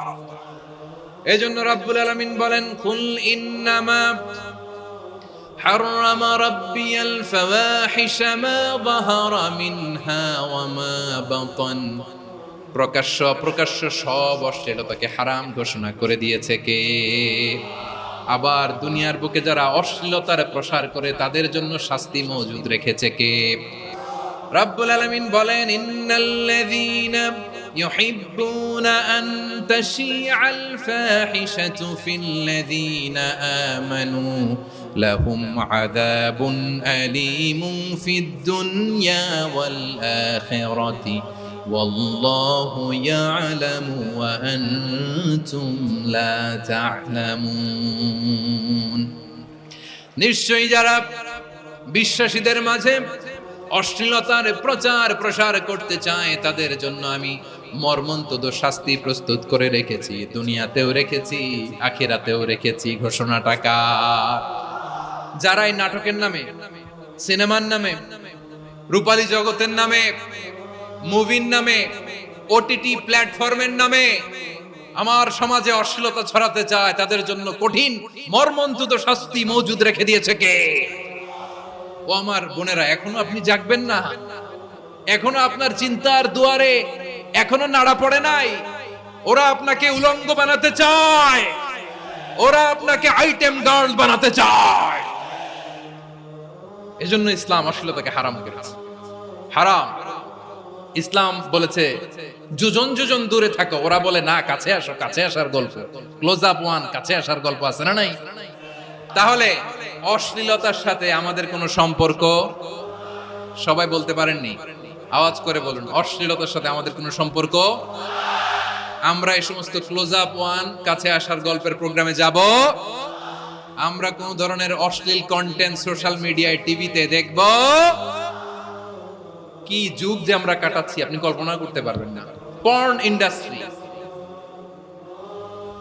নারী পুরুষের বস্ত্রহীন যুগল দৃশ্য, এটাকে দিয়ে ওরা কোটি ডলারের ইন্ডাস্ট্রি বানিয়েছে।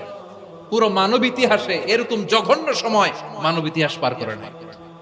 পর্ন এটা ইন্ডাস্ট্রি হয়ে গেছে। আমাদের এই যুবকগুলো, জেনজিগুলো, ওদের চরিত্র বাঁচাবে কি করে? কেমন করে হেফাজত করবে ওদের এই মূল্যবান চরিত্র? আমার প্রিয় ভাইরা, এই অশ্লীলতার দ্য লেটেস্ট ভার্সন হচ্ছে LGBT শরীফ থেকে শরীফা। শুনছেন আপনারা? দেখতে পুরুষ, আসলেই পুরুষ, সুস্থ একজন পুরুষ, 4 সন্তানের বাবা, বলে আমি মনে মনে নারী। দেখতে নারী, সুস্থ নারী, আসলেই সে দিব্যি একজন নারী, বলে আমি মনে মনে পুরুষ। সবচেয়ে ভয়ঙ্কর অশ্লীলতার সবচাইতে লেটেস্ট ভার্সন হচ্ছে এই ট্রান্সজেন্ডারিজম। সুস্থ পুরুষ তার বায়োলজিক্যাল গ্রোথকে হরমোন দিয়ে স্টপ করে দিয়ে সে সার্জারি করে নারী হতে চায়, সুস্থ নারী পুরুষ হতে চায়। পুরুষ পুরুষের প্রতি সেক্সুয়ালি আকর্ষণ বোধ করে, এটা লূত আলাইহিস সালামের কওমের মধ্যে ছিল। এটাকেও আল্লাহ কোরআনে ফাহিশা বলেছেন। ওয়ালুতান ইয قال لقومه أتأتون الفاحشة ما سبقكم بها من أحد من العالمين। লূত আলাইহিস সালাম বললেন, তোমরা কি এমন এক অশ্লীল কার্যক্রমে ডুব দিলে নাকি যেটা গোটা বিশ্বের কেউ কখনো করে নাই, তোমরাই প্রথম করেছো। পড়েন নাউযুবিল্লাহ। এই পশ্চিমের এই রোগ আমার দেশে যেন আসতে না পারে, আমাদের সজাগ থাকতে হবে। প্রিয় ভাইরা চিল্লায় বলেন ঠিক কি না? পশ্চিমের অবস্থা ভয়ঙ্কর। পাশ্চাত্যে আমি যুক্তরাষ্ট্রে ছিলাম অনেকদিন, কয়েক মাস, বিভিন্ন স্টেটে ঘুরেছি। গার্ডিয়ানরা উদ্বিগ্ন, ছেলে মেয়েদেরকে, ছোট্ট ছেলে মেয়ে, ওদেরকে জিজ্ঞেস করে, তুমি how do you feel right now inside yourself? তুমি ভিতরে ভিতরে কেমন ফিল করো? তোমার কি ছেলে ছেলে লাগে না মেয়ে মেয়ে লাগে?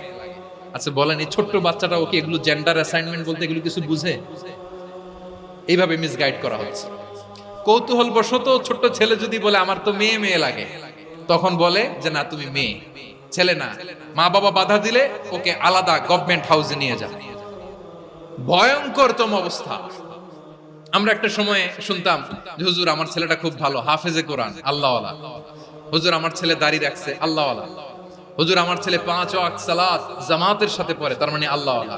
পশ্চিমে যে আমি কি শুনছি জানেন? ওরা বলে হুজুর আমার ছেলেটা ইউনিভার্সিটির একটা মেয়ের সাথে প্রেম করে, ও খুব আল্লাহওয়ালা, হুজুর দোয়া করবেন। এর কারণ ওদের কাছে আল্লাহওয়ালার ক্রাইটেরিয়া হচ্ছে হুজুর আমার ছেলেটা আরেক ছেলের পছন্দ করে নাই, আমার মেয়েটা আরেক মেয়েকে ভালোবাসে নাই, এজন্য আমার ছেলেটা আল্লাহওয়ালা, হুজুর ওর জন্য একটু দোয়া করে দিয়েন। কি চ্যালেঞ্জ ওরা ফেস করতেছে। ওনার ছেলে যে আরেক ছেলেরে বিয়ে করবে না, এটাতেই উনি খুশি যে আলহামদুলিল্লাহ আমার ছেলেটা একটা মেয়েরে ভালোবাসে, আমার মেয়েটা একটা ছেলেরে ভালোবাসে, মানে এটা খুব আল্লাহওয়ালা। নাউজুবিল্লাহ পড়তে পারলেন না? এজন্য অশ্লীলতার সাথে আমাদের কোন সম্পর্ক। রব্বুল আলামিন বলেন ওয়ায়ানহা আনিল ফাহশাই ওয়াল মুনকারি ওয়াল বাগি। 3টা জিনিসকে আমি নিষিদ্ধ করলাম। 1 নাম্বার হলো ফাহশা, অশ্লীলতা। 2 নম্বরে হলো মুনকার, সমস্ত মন্দ কাজ। মুনকার মানে হচ্ছে যত মন্দ কাজ, খারাপ কাজ, বাজে কাজ, এটার বলে মুনকার। এটার কি বলে? আপনারা পড়ছেন না তা'মুরুনা বিল মা'রুফি ওয়া তানহাউনা আনিল মুনকার। সৎ কাজের আদেশ, অসৎ কাজের নিষেধ। মুনকার, মুনকার হচ্ছে মানুষের স্বাভাবিক বিবেকবোধ যেটাকে খারাপ বলে, ওইটাই মুনকার। পৃথিবীর সব আসমানি গ্রন্থ যেটাকে খারাপ বলেছে, মানুষের স্বাভাবিক বিবেকবোধ যেটাকে খারাপ বলেছে, এগুলো সব মুনকার। যেমন ইফতিজিং, এটা কি ভালো না খারাপ? মজুদদারি, খাদ্যে ভেজাল দেওয়া, ওজনে কম দেওয়া, মাছে ফরমালিন মিশানো, চাঁদাবাজি, টেন্ডারবাজি, দখলবাজি, এগুলো আমাদের স্বাভাবিক বিবেকেই বলে এগুলো খারাপ, এগুলো হচ্ছে মুনকার। আল্লাহ তাআলা এই মুনকার থেকে আমাদেরকে বেঁচে থাকতে বলেন, আর শয়তান এই মুনকারের প্রতি আমাদেরকে উদ্বুদ্ধ করে। আল্লাহ তাআলা বললেন ইয়া আইয়ুহাল্লাযীনা আমানু লা তাত্তাবিউ খুতুওয়াতিশ শাইতান ওয়া মান ইয়াত্তাবি' খুতুওয়াতিশ শাইতানি ফাইন্নাহু ইয়া'মুরু বিল ফাহশাই ওয়াল মুনকার। আল্লাহ বললেন আমার গোলামেরা শোনো শোনো, ও আমার বিশ্বাসী বান্দারা খবরদার, তোমরা কশিনকালেও শয়তানের পদাঙ্ক অনুসরণ করবে না, কারণ শয়তান তোমাদেরকে অশ্লীলতা এবং মন্দ কাজের দিকে উদ্বুদ্ধ করে। আমাদের কাজ হচ্ছে শয়তান আমাদেরকে যেদিকে নিতে চায় আমরা তার উল্টা দিকে যাব। শয়তান এই মন্দ কাজকে আমাদের কাছে বিউটিফাই করে চাকচিক্যময় করে আমাদের সামনে উপস্থাপন করে। এজন্য আল্লাহ বলেন মুনকারকে থামাতে হবে, মুনকার প্রতিরোধ করতে হবে। মুনকার প্রতিরোধের দায়িত্ব শুধু আমাদের নাকি? শুধু আপনার খতিব সাহেবের, ইমাম সাহেবের, নাকি মুসলিম উম্মার সবার? আওয়াজ করে বলুন, মুনকার অসৎ কাজ প্রতিরোধের দায়িত্ব কার? রাব্বুল আলামিন বলেন কুনতুম খায়রা উম্মাতিন উখরিজাত লিন-নাসি তা'মুরুনা বিল মা'রুফি ওয়া তানহাউনা আনিল মুনকার। তোমাদেরকে শ্রেষ্ঠ জাতি করে জমিনের মধ্যে আবির্ভূত করা হয়েছে যাতে করে তোমরা জমিনের ভেতরে সৎ কাজের আদেশ করতে পারো আর অসৎ কাজের নিষেধ করতে পারো। উম্মাহ কুনতুম খায়রা, তাহলে গোটা উম্মার দায়িত্ব, এটা বুঝতে পারছেন তো? আচ্ছা, আরো নিচে আসেন। এরপরে আল্লাহ বললেন শুধু উম্মাহ না, এই জমিনের রাজত্ব আমি যাদের হাতে দেই, এই জমিনের মালিক আমি যাদেরকে বানিয়ে দেই, যাদেরকে আমি সরকারের দায়িত্ব দেই, তাদেরকেও মুনকার প্রতিরোধের দায়িত্ব দিয়েছে কে? আল্লাহ বলেন যারা ক্ষমতার মসনদে বসেছে তাদেরকে 4 দফা কর্মসূচি আমি আল্লাহ দিলাম। আওয়াজ করে বলেন কয় দফা? আল্লাহ বলেন আল্লাযীনা ইম্মাক্কান্নাহুম ফিল আরদি আকামুস সালাতা ওয়া আতাউজ যাকাতা ওয়া আমারু বিল মা'রুফি ওয়া নাহাউ আনিল মুনকার ওয়ালিল্লাহি আকিবাতুল উমুর। যারা এই জমিনের উত্তরাধিকার হয়েছে তারা 4 দফা কর্মসূচি নিয়ে সামনে আগাবা।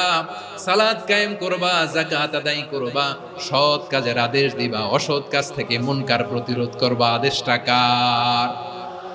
আমার প্রিয় চট্টলার ভাইরা, পুরো উম্মার দায়িত্ব মুনকার প্রতিরোধ করা, সরকার প্রধানের দায়িত্ব মুনকার প্রতিরোধ করা। এরপর আল্লাহ বলেন প্রতিটা ফ্যামিলির যিনি প্রধান সিইও বাবা, প্রত্যেক বাবারও দায়িত্ব এই মুনকার প্রতিরোধ করা। আওয়াজ করে বলেন ঠিক কি না? যেমনটি সাইয়েদনা লোকমান আলাইহিস সালাম ওনার কলিজার টুকরা সন্তানকে আদেশ করেছেন, ইয়া বুনাইয়া আকিমিস সালাতা ওয়া'মুর বিল মা'রুফি ওয়ানহা আনিল মুনকার। পড়েন সুবহানাল্লাহ।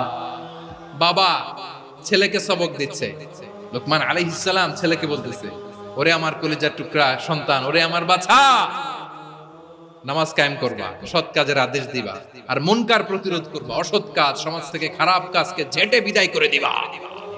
তাহলে দেখেন আমি স্টেপ বাই স্টেপ নামলাম। পুরা উম্মার দায়িত্ব, জমিনের উত্তরাধিকারী আল্লাহ যাদেরকে বানিয়েছেন সরকার, তাদের দায়িত্ব, প্রতিটি ফ্যামিলির প্রধানের দায়িত্ব। এরপরে বিশ্বনবী বলেন সচেতন প্রতিটি মুসলিমের দায়িত্ব সমাজ থেকে মুনকারকে উৎখাত করা। বিশ্বনবী বলেছেন মান রাআ মিনকুম মুনকারান ফালিয়ুগাইয়িরহু বিয়াদিহি فإن لم يستطع فبلسانه وإن لم يستطع فبقلبه وذلك أضعف الإيمان। সমাজে যে মুনকার দেখবে, খারাপ কাজ দেখবে, সেজন্য হাত দিয়ে সেটাকে থামায়। আমার প্রিয় ভাইরা, না থামালে আমরাই ডুববো শেষমেশ। আমাদের বাঁচার জন্য হলেও থামাইতে হবে। রব্বুল আলামিন বলেন ওয়াত্তাকু ফিতনাতাল লা তুসিবান্নাল্লাযীনা যালামু মিনকুম খাসসা। ও আমার গোলামেরা, ওই আযাবকে ভয় করো যে আযাব যখন আমি জমিনের বুকে পাঠাই শুধু জালেমদেরকেই মারি না, আলেমদেরকেও মারি। আযাব যখন আসে তখন শুধু জালিমই মরে না, আলেমও মরে। জানেন মুসা আলাইহিস সালামের পায়ে একবার লাল পিঁপড়া, তো উনি রেগে মেগে পাশি দেখে লাল পিঁপড়ার বাসা, পা দিয়ে ডলে মুছে সবগুলো পিঁপড়া মেরে ফেলছে। এই ঘটনাটা আল্লাহ ঘটিয়েছেন এজন্য মুসা আলাইহিস সালাম ছিলেন কালিমুল্লাহ, সরাসরি আল্লাহর সাথে কথা বলতেন। তিনি আল্লাহকে জিজ্ঞেস করেছিলেন, আল্লাহ তুমি যখন কোন জনপদে আযাব পাঠাও, শাস্তি দাও, ওখানকার শুধু জালেমরাই তো মরে না, ভালো মানুষগুলাও মরে, তো আযাব দিবা মুশরিকদের উপর দিবা, অবাধ্যদের উপর দিবা, ভালো মানুষগুলারে মারো কেন? আল্লাহ বললেন মুসা তোমার যে কামড় দিছিল পায়ের মধ্যে পিঁপড়া, কয়টা পিঁপড়া? একটা পিঁপড়া, তো সবগুলারে মারলা কেন? রেগে মেগে পুরো পিঁপড়ার বাসা ভেঙে মেসাকার করলা কেন? আমি যখন অ্যাকশনে যাই, আমি যখন শাস্তি দেই, তখন এত বাস বিচার করা হয় না, বাস বিচার করা যায় না। যখন অ্যাকশনে যাওয়া হয় ওইটা ডাইরেক্ট অ্যাকশন হয়ে যায়। চিল্লায় বলো ঠিক কি না? এজন্য আমাদের বাঁচার জন্য হলেও এই পাপ থামাতে হবে, এই শয়তানের অট্টহাসি থামাতে হবে, অন্যায় অপরাধ সমাজ থেকে আমাদের থামাতে হবে, কারণ আযাব আসলে ওরাও মরবে, আমরাও মরব। একটা জাহাজ 2 তলা, আপনি আছেন 2য় তলায়, নিচের তলার কিছু লোক জাহাজের তলা ছিদ্র করতে আরম্ভ করছে। কি ছিদ্র করতেছে? আচ্ছা, জাহাজের তলা ছিদ্র করলে তলা দিয়ে কি ঢুকে? এখন আপনি যদি বলেন আমার কি, আমি তো 2 তলায়, আমি তো ভালো আছি, ওরা ছিদ্র করে ওরা মরবে, আসলে কি শুধু ওরা মরবে? তলা দিয়ে যখন পানি ঢুকবে, জাহাজ ডুবলে আপনিও মরবেন। এজন্য নিজে মরার আগে ওই পাগলগুলোর নিচ তলায় যে থামাতে হবে, চিল্লায় বলেন ঠিক কি না? এজন্য আল্লাহ বললেন মুনকার প্রতিরোধের দায়িত্ব সমাজের টপ টু বটম সবার। এজন্য মুনকার প্রতিরোধ করার দরকার আছে না নাই? সমাজে এই যে ইফটিজিং হয়, আপনার বোনের বয়সী একটা মেয়েকে কিছু বখাটে টিটকারি করে, এই বলে সেই বলে, নোংরা কথা বলে, রাস্তায় দেখেও আপনি পাশ দিয়ে না দেখার মতো চলে যান কেন? আপনি দাঁড়ান না কেন? আপনি দাঁড়ালেই তো থেমে যাবে, কারণ সত্যের যে শক্তি তার সামনে মিথ্যা মুখ থুবড়ে পড়ে। আপনার সামনে ও কিছুই না, নাথিং। আপনি দাঁড়ান, ওকে প্রশ্ন করেন যে আমার বোনকে তুমি ডিস্টার্ব করো কেন? আপনাকে দেখে আরো 5 জন দাঁড়াবে, 5 জনকে দেখে আরো 10 জন দাঁড়াবে। আমাদের নীরবতা আর আমাদের নিশ্চুপ থাকাই জালিমদেরকে আরো শক্তিশালী জালিম বানিয়েছে। এজন্য মুনকার প্রতিরোধের দায়িত্ব আমাদের সবার। টেন্ডারবাজি, চাঁদাবাজি, দুর্নীতি, অপরাধ, দখলদারিত্ব, মজুদদারি, এগুলো সব কিছু একসাথে প্রতিরোধ করতে হবে, ঠিক কিনা বলেন? একটা মানবিক সমাজ যদি চাই, প্রতিরোধ করতে হবে। প্রিয় ভাইয়েরা, আল্লাহর শপথ নিয়ে বলি, এই নাসিহাত গুলো সবার জন্য, সব দলের জন্য, সব মতের মানুষের জন্য। আমরা কোনো দলের প্রতি মানুষকে ডাকি না, আমরা ডাকি ইসলামের দিকে। সব দলের, সব মতের, সব মানুষদেরকে আমরা আহ্বান জানাই, আসুন আমরা একটা সুন্দর সমাজ বিনির্মাণ করি। এই যে নতুন বাংলাদেশের এক সুযোগ এসেছে, আর জীবনে হয়তো আসবে না, সামনের 100 বছর এই সময় আসবে না। আসুন দেশটাকে আমরা সাজাই, আসুন আমরা দুর্নীতি বন্ধ করি, আসুন আমরা চাঁদাবাজি বন্ধ করি, আসুন আমরা দখলদারিত্ব বন্ধ করি, আসুন আমরা এক দল আরেক দলকে নিশ্চিহ্ন করার যে রাজনীতি, এটা বন্ধ করি।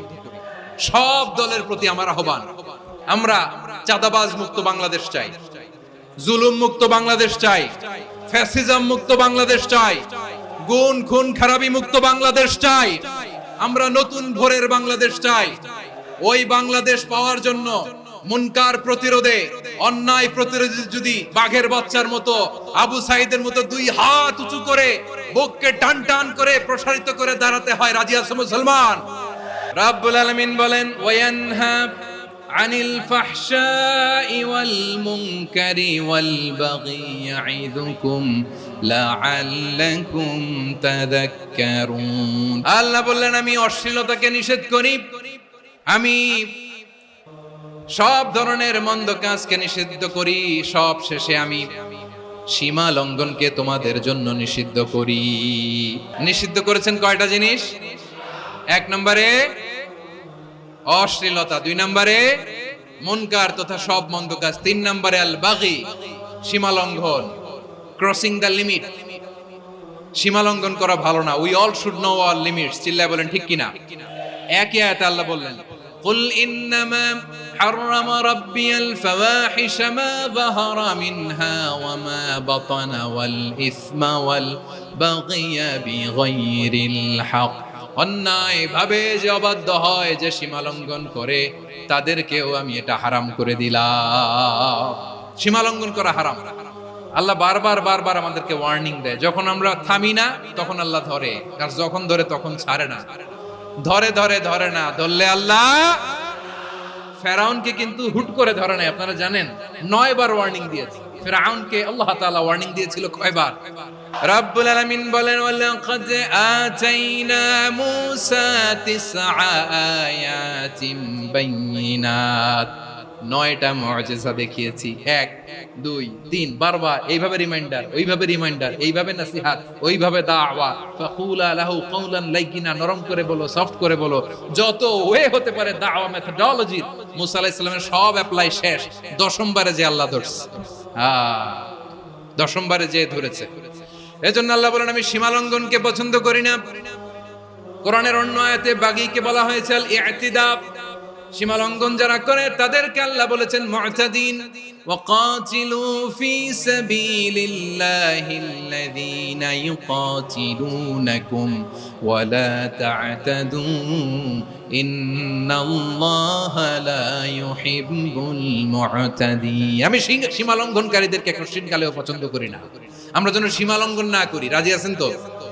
যে কোনো ক্ষেত্রে ইবাদতে যেন সীমা লঙ্ঘন না করি। অনেকে আমরা ইবাদতে সীমা লঙ্ঘন করে ফেলি। বিশ্বনবী সাল্লাল্লাহু আলাইহি ওয়াসাল্লাম যেটা শিখিয়েছেন এর বাইরে যে অতিরিক্ত বুজুর্গ হতে চায় এরকম আছে না নাই? কোন ক্ষেত্রেই সীমা লঙ্ঘন করা যাবে, এমনকি যুদ্ধ ক্ষেত্রেও না। বিশ্বনবী সাল্লাল্লাহু আলাইহি ওয়াসাল্লাম বলেন খবরদার যুদ্ধ ক্ষেত্রেও সীমা লঙ্ঘন করো না।